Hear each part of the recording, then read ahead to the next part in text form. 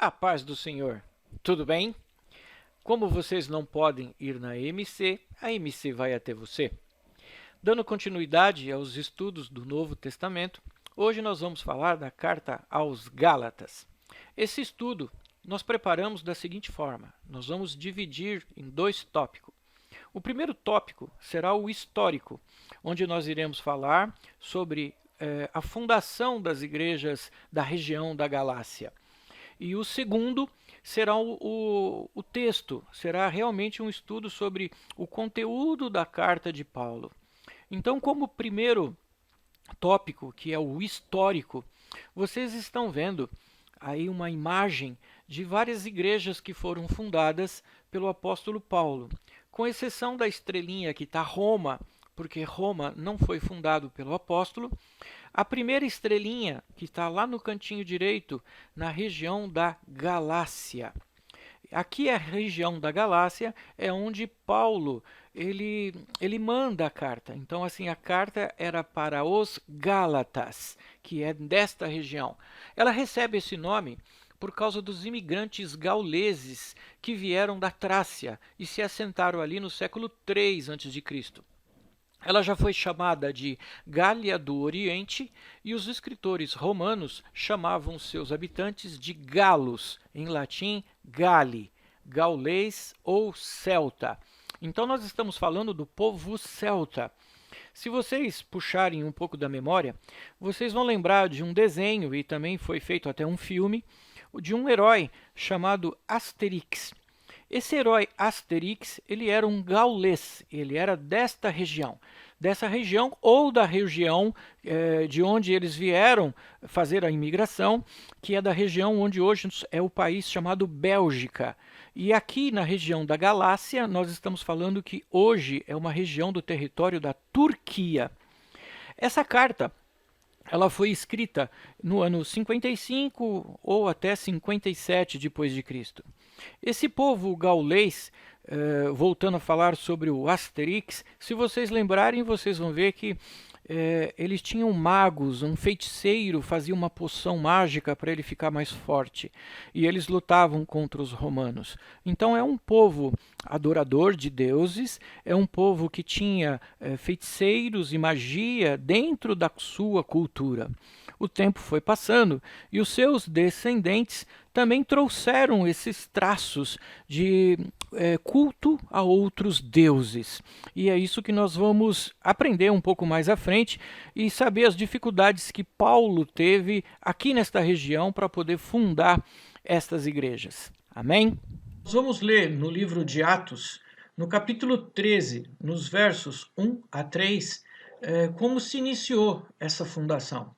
Então vamos ler aqui, Atos 13, 1 a 3.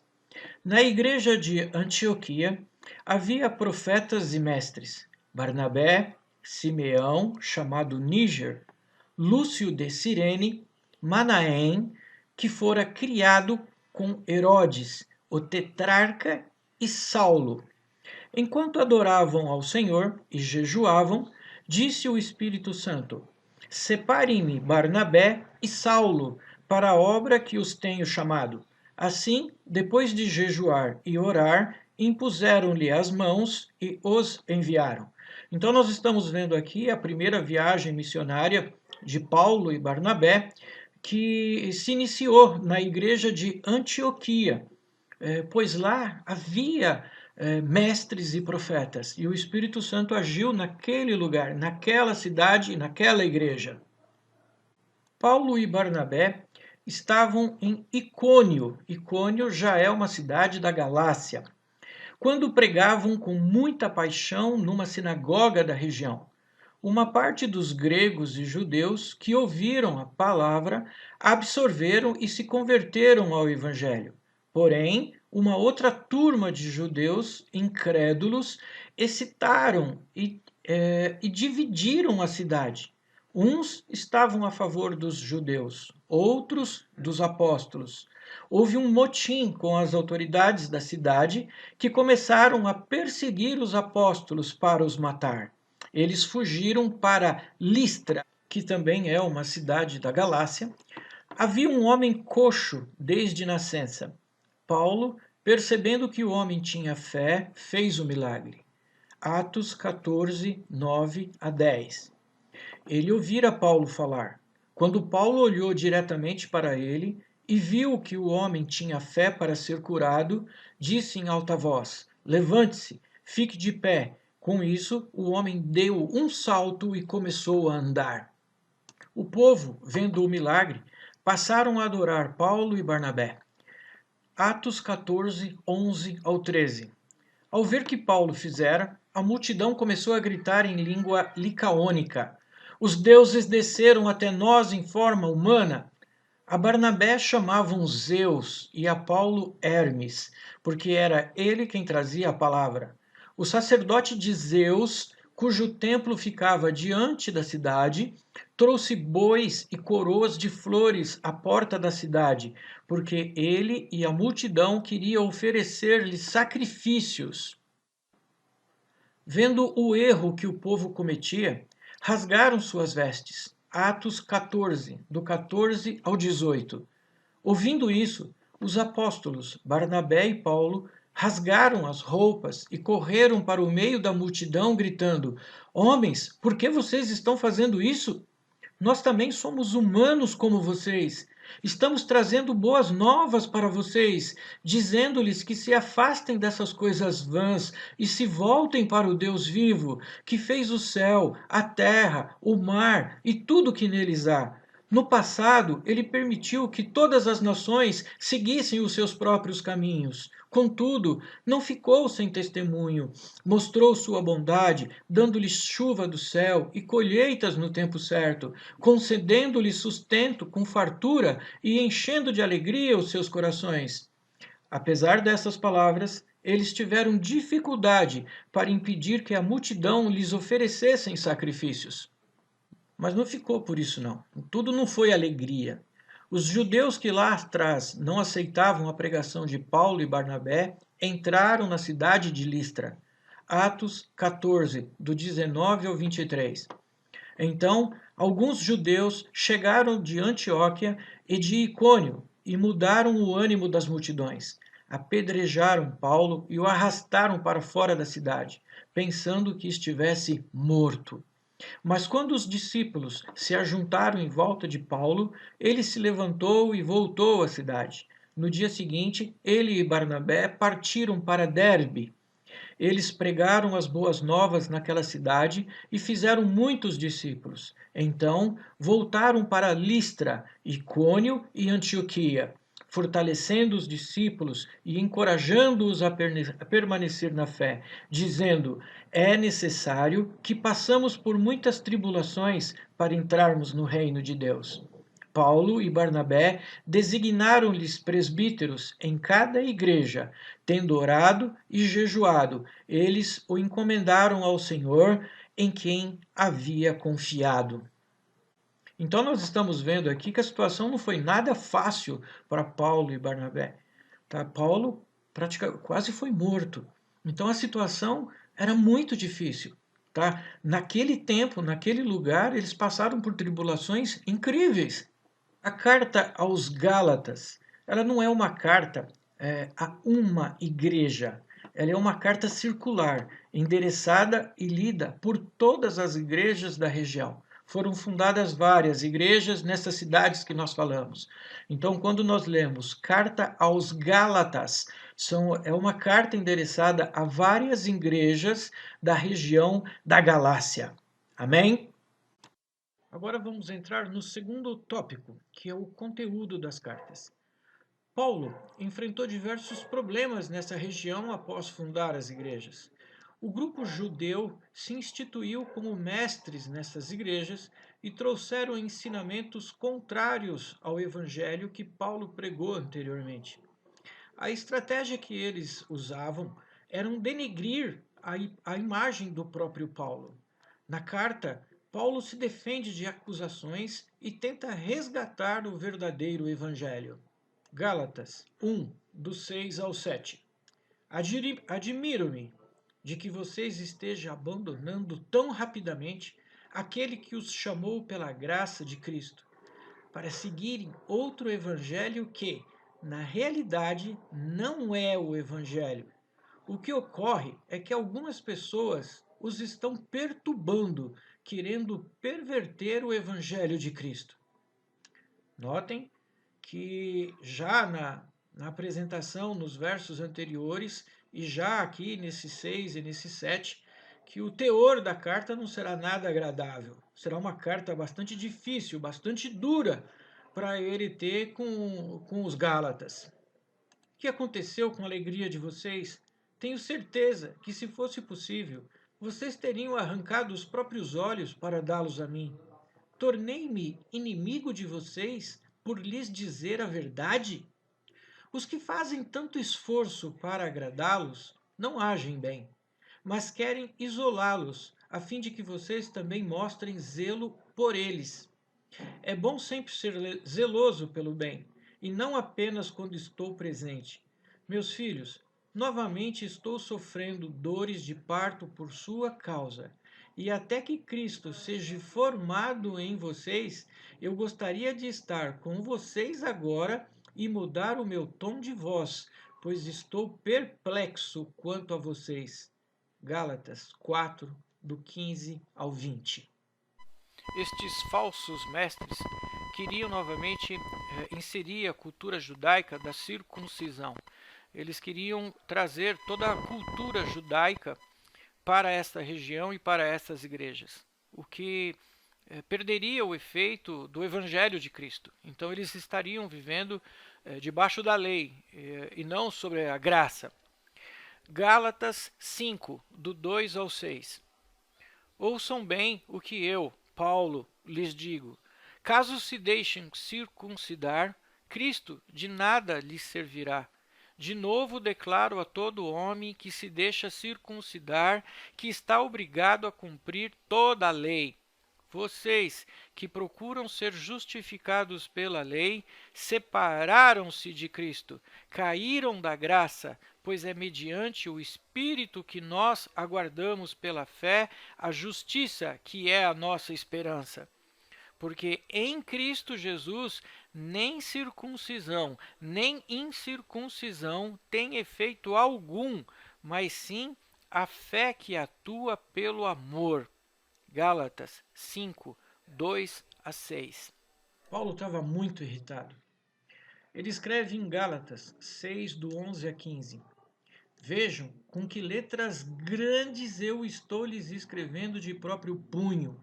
Os que desejam causar boa impressão exteriormente, tentando obrigá-los a circuncidarem, agem desse modo apenas para não serem perseguidos por causa da cruz de Cristo. Nem mesmo os que são circuncidados cumprem a lei. Querem, no entanto, que vocês sejam circuncidados a fim de se gloriarem no corpo de vocês. Quanto a mim, que eu jamais me glorie, a não ser na cruz do nosso Senhor Jesus Cristo, por meio da qual o mundo foi crucificado para mim, e eu para o mundo. De nada vale ser circuncidado ou não, o que importa é ser nova criação. Gálatas 6, do 11 ao 15. Paulo está dizendo aqui que as pessoas estavam introduzindo esses conceitos e essas doutrinas judaicas para que eles não tivessem risco, para que eles não fossem perseguidos por causa da cruz de Jesus. Porque quando Jesus foi crucificado, houve uma.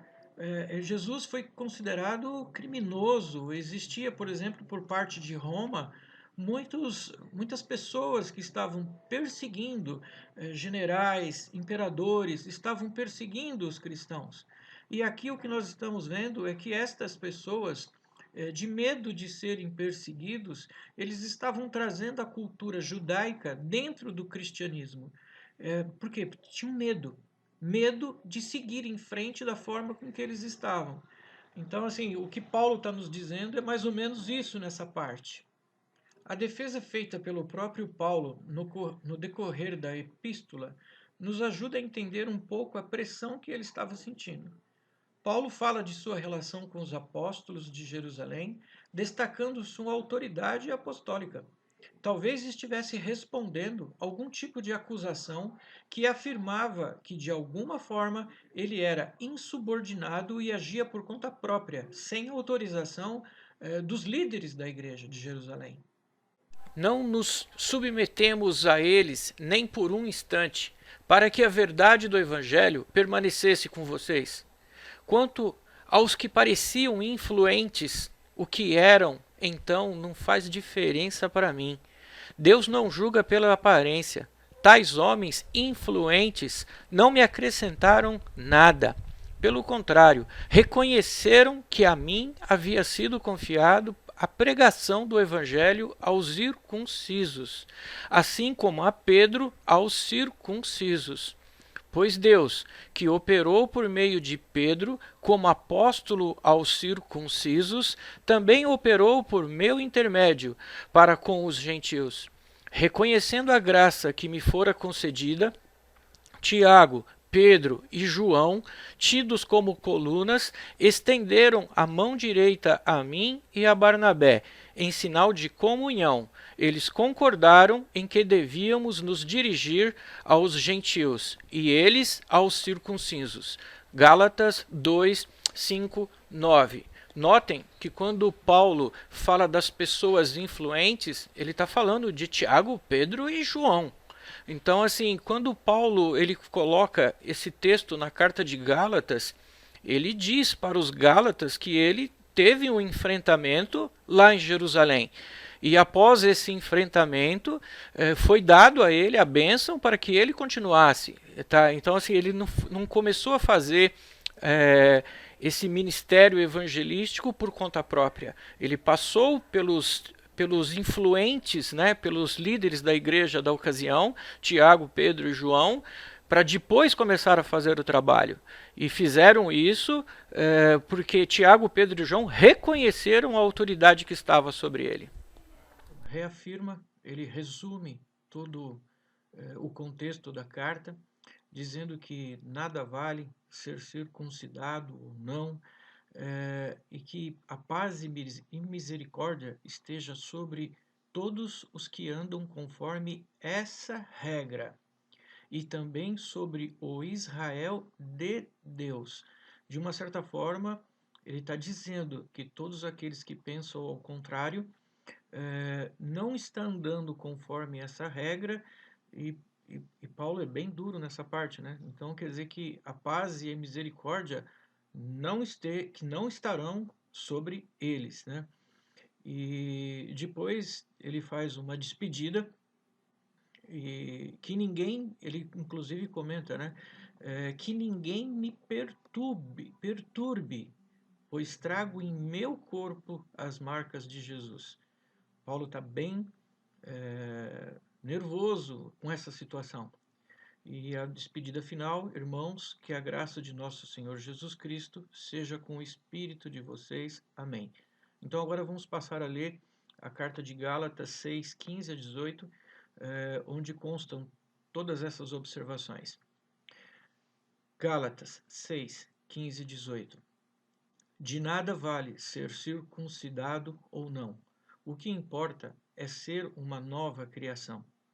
Paz e misericórdia estejam sobre todos os que andam conforme essa regra, e também sobre o Israel de Deus, sem mais que ninguém me perturbe, pois trago em meu corpo as marcas de Jesus. Irmãos, que a graça de nosso Senhor Jesus Cristo seja com o espírito de vocês. Amém. Resumo. Na carta aos Gálatas, Paulo enfrenta um grande problema entre os novos convertidos gentios e os judeus convertidos. Esses judaizantes estavam lutando contra uma dupla cidadania interior. A lei estava ainda viva em seus corações, mas Paulo deixa claro e de forma contundente que a verdadeira liberdade está em seguir os ensinamentos pregados por Jesus. Amém? Até o próximo ensino.